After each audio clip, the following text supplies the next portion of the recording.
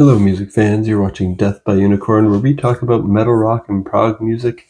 And this is the spooky Halloween edition of New Music's Alive in 2025. I'm going to talk about 7 albums that came out on Halloween 2025 and give my quick first impressions of them. And I'll talk about them in my order of preference, starting with Wiltwither and their album Pure Light.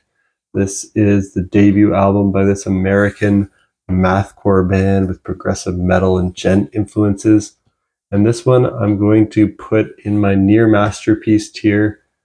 This is really great genty mathcore for fans of the Tony Danza tap dance extravaganza, but also with some great clean vocal moments for people who like their mathcore with some hooks, like the Callous Dowboys, the Dillinger Escape Plan, or Rollo Tomasi. This one came out on 3 Dot Recordings, which is labeled by the band Periphery, and is one of the best debuts I've heard all year. So really recommend checking this one out. If you like mathcore, you can't go wrong here. If you're not into any like harsh vocal stuff or any chaotic hardcore music, then you probably won't like it.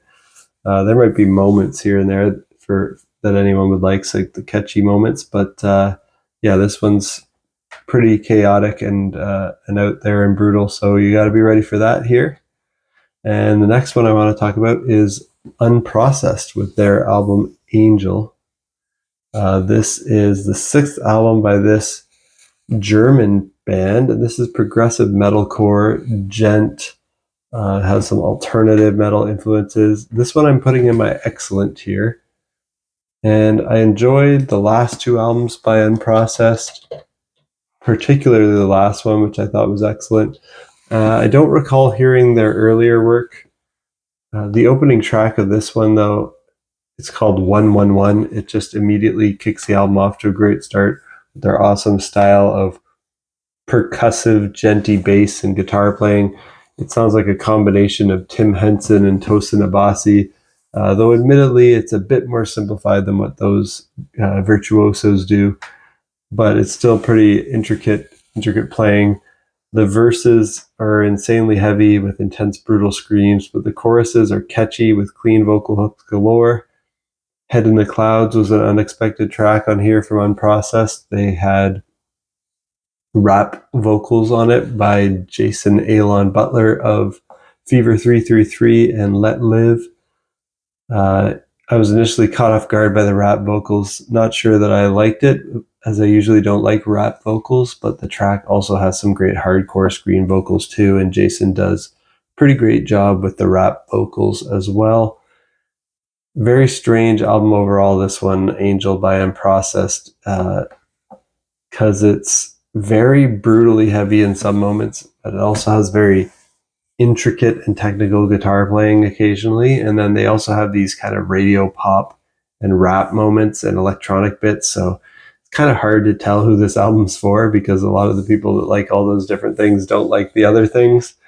And sometimes I don't like music like this, but I feel like they did it really well here, so I really enjoyed this, and I particularly love when the guitars just go really fast on, like they do some cool things where they like completely mute the strings and then play rhythmically really fast on their guitars, and it's a sound you don't hear too many bands doing. But all the guitars on here do sound almost too perfectly played and produced, like they're played by perfect robots that could never make a mistake. So it lacks a little humanity and sloppiness that any normal human being would have playing stuff like this. But if you want to hear some crazy stuff, definitely check out Angel by Unprocessed. Next up, I've got something quite different from the first 2, a lot more relaxed. In fact, my next few in a row are all very relaxed after those first 2 heavy hitters.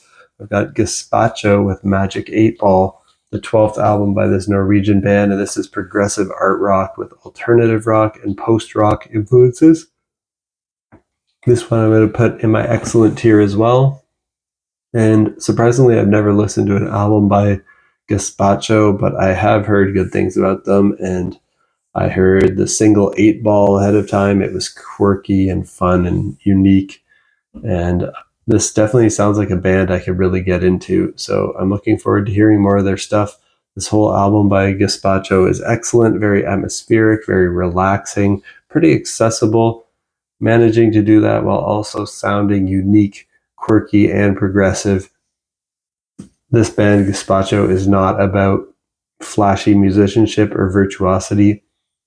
It's more in the Pink Floyd and David Gilmour style of emotive guitar parts and has some influences from post-rock. So if you're a fan of Radiohead, Pink Floyd, Marillion, Coldplay, and Sigur Rós, this band Gazpacho sounds like those bands kind of put into a blender and mixed up. So check out Magic 8 Ball by Gazpacho. Next up, I have one from Florence and the Machine called Everybody Scream, the 6th album by this indie rock group from the UK. It's indie rock with pop, art rock, soul, alternative, folk, progressive, and gothic influences. And this one I'm going to put in my very good tier. And this is another one where I've never listened to a full album by Florence and the Machine before until this one. I think I've heard some of the tracks. Maybe I've heard one album or something. But I checked out the title track on this and another single called One of the Greats. Enjoyed both of those, so I plan to check this out. And this whole album, very good. Florence and the Machine is not my usual style, but it's definitely really enjoyable female-fronted indie rock, and anybody who likes indie rock should check this out. And next up, I have Lunatic Soul with The World Under Unsun, the 8th album by this Polish group. Mainly it's the brainchild of Mariusz Duda from Riverside. And this is progressive art rock with folk, ambient, electronic, and acoustic influences. And yeah, this is kind of the side project founded by Riverside vocalist and bass player Mariusz Duda. And he started this in 2008. And I really love Riverside and everything they've done, but I haven't listened to as much of this Lunatic Soul side project. I enjoyed the singles I heard from this, so I was definitely looking forward to it. And the whole album is very good. It's very atmospheric. It's very beautiful.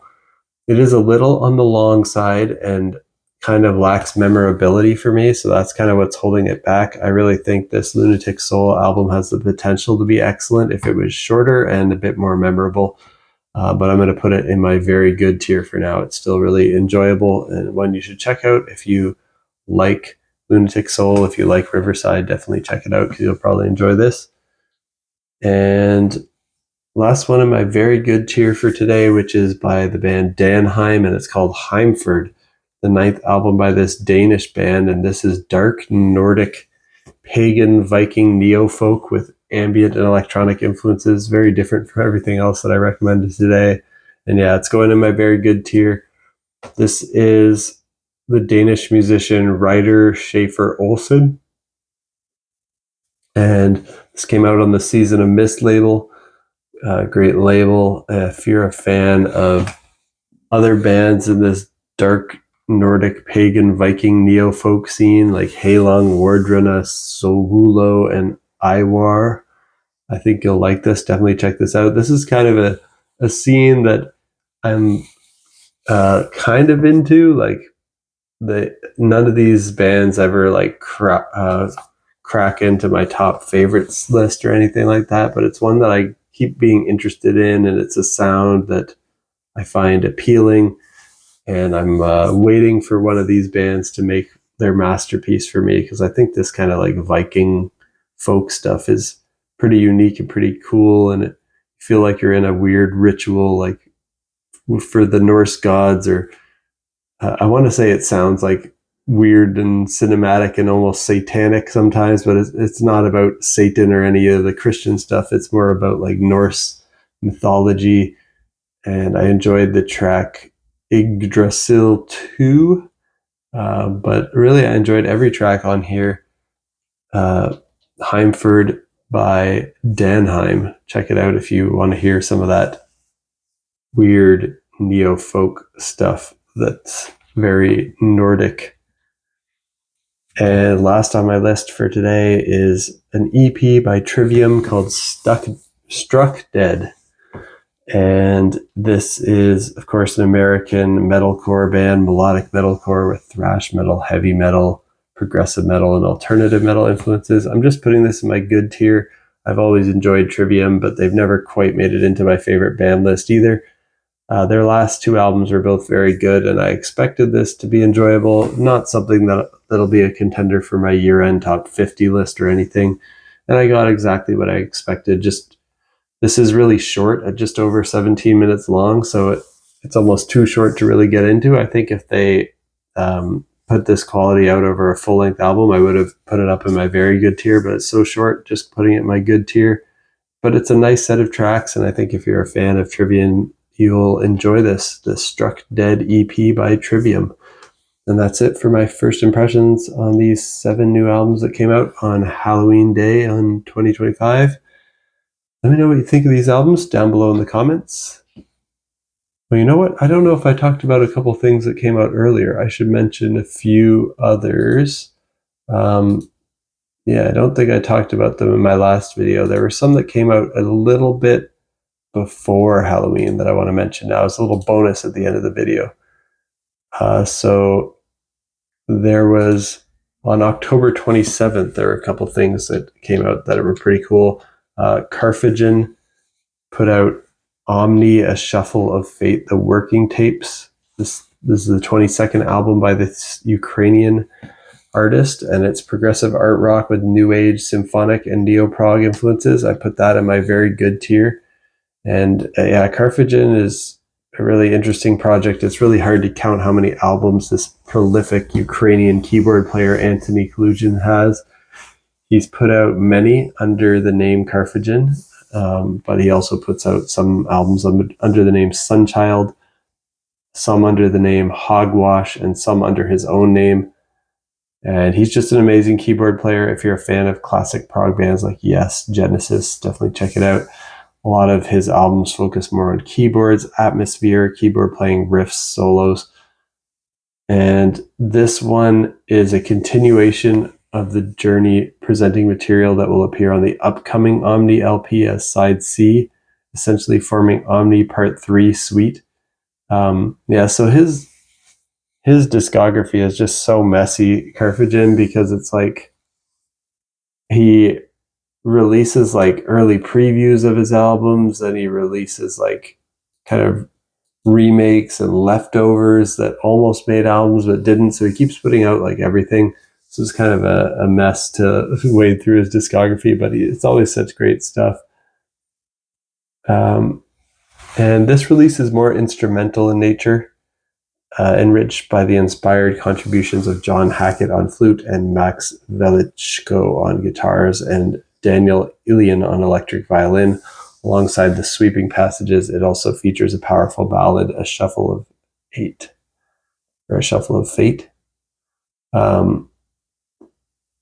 And the album also includes an almost 20-minute long instrumental version of the OMNI Suite, 2 exclusive single versions, Whisper from the Past and Unchained, and a rare glimpse into the early demo stage of OMNI.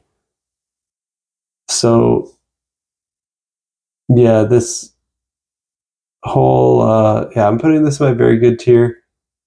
And it's pretty cool that even like these working tape type releases from Karfagen managed to be so good. But as I said, their discography as a whole is quite messy. It's hard for me to understand and follow. They put out albums, and then they put out albums with essentially the same name but call them working tapes, and it's almost like demos and leftovers and early sketches. But also sometimes they put future ideas on it that get reworked later. So there's all kinds of odds and ends, and it's hard for me to tell what's supposed to be like official studio material, what's demos.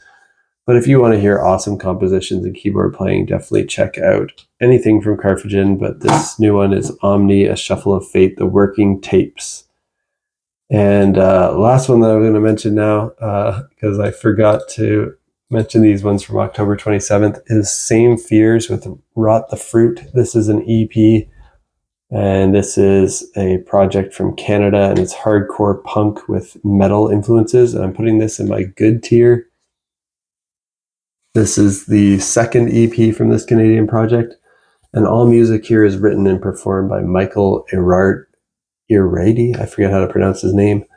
the former drummer of Protest the Hero, also from The Kindred, and Today I Caught the Plague. And those are all bands that I really love. He's a very talented multi-instrumentalist and vocalist as well. You can hear on here his vocals, cool guitar riffs, hardcore vocals, but obviously his main strength is his energetic and powerful drumming. And my favorite track at the moment is Disgust. And this album's so short. It's just 20 minutes, but it's very consistent in quality. It's solid. Again, this one, if it was a full-length release, I'd probably put it in my very good tier, but it's such a short EP. I'm just going to put it in my good tier for now, but it's right on the edge of being very good. And I actually hope he does a full-length album in this project. And I don't know, maybe he needs to get some contributors. I'd love to see him, if somehow he can get The Kindred or Today I Caught the Plague going up again. I would really love to see that band make more music. So I'd prefer he do something like that. I'm not sure if that's going to be possible. Or, if he rejoined Protest the Hero, but, Protest the Hero is doing well. They've got a great touring drummer. So I don't know that they need him, but I think hearing him play in The Kindred or Today I Caught the Plague would be amazing. So that's Rot the Fruit by Same Fears. Definitely check that out if you're a fan of Mike Irardi and his drumming in Protest the Hero, The Kindred, and Today I Caught the Plague, and you want to hear him do kind of his solo project, hardcore punk metal thing. Check that out. And what do you think of these albums? Did I mention anything that you hadn't heard of that you decided to check out? And if you enjoyed it, definitely let me know down in the comments. I like knowing that I've turned people on to new music. And did anything else come out recently that you think I'll enjoy? Also let me know. And if you like metal, rock, and prog, you're in the right place. Hit that like button, hit that subscribe button so you stay in the loop on when I post new videos. I do these kind of new music is alive in 2025 is my series here that I do pretty much weekly, giving my first impressions of new stuff that comes out. The next episode in this series, I'll be talking about new stuff from Caligula's Horse, though it's not really new stuff. It's a 10th anniversary edition of Bloom. New stuff from Astronoid, Jonas Lindberg and the Other Side, Pupil Slicer, The Mommy Heads, Finger 11, Omnium Gatherum, and Burnt Belief. Looking forward to hearing all those and giving you my first impressions on them. So stay tuned for that, and peace out.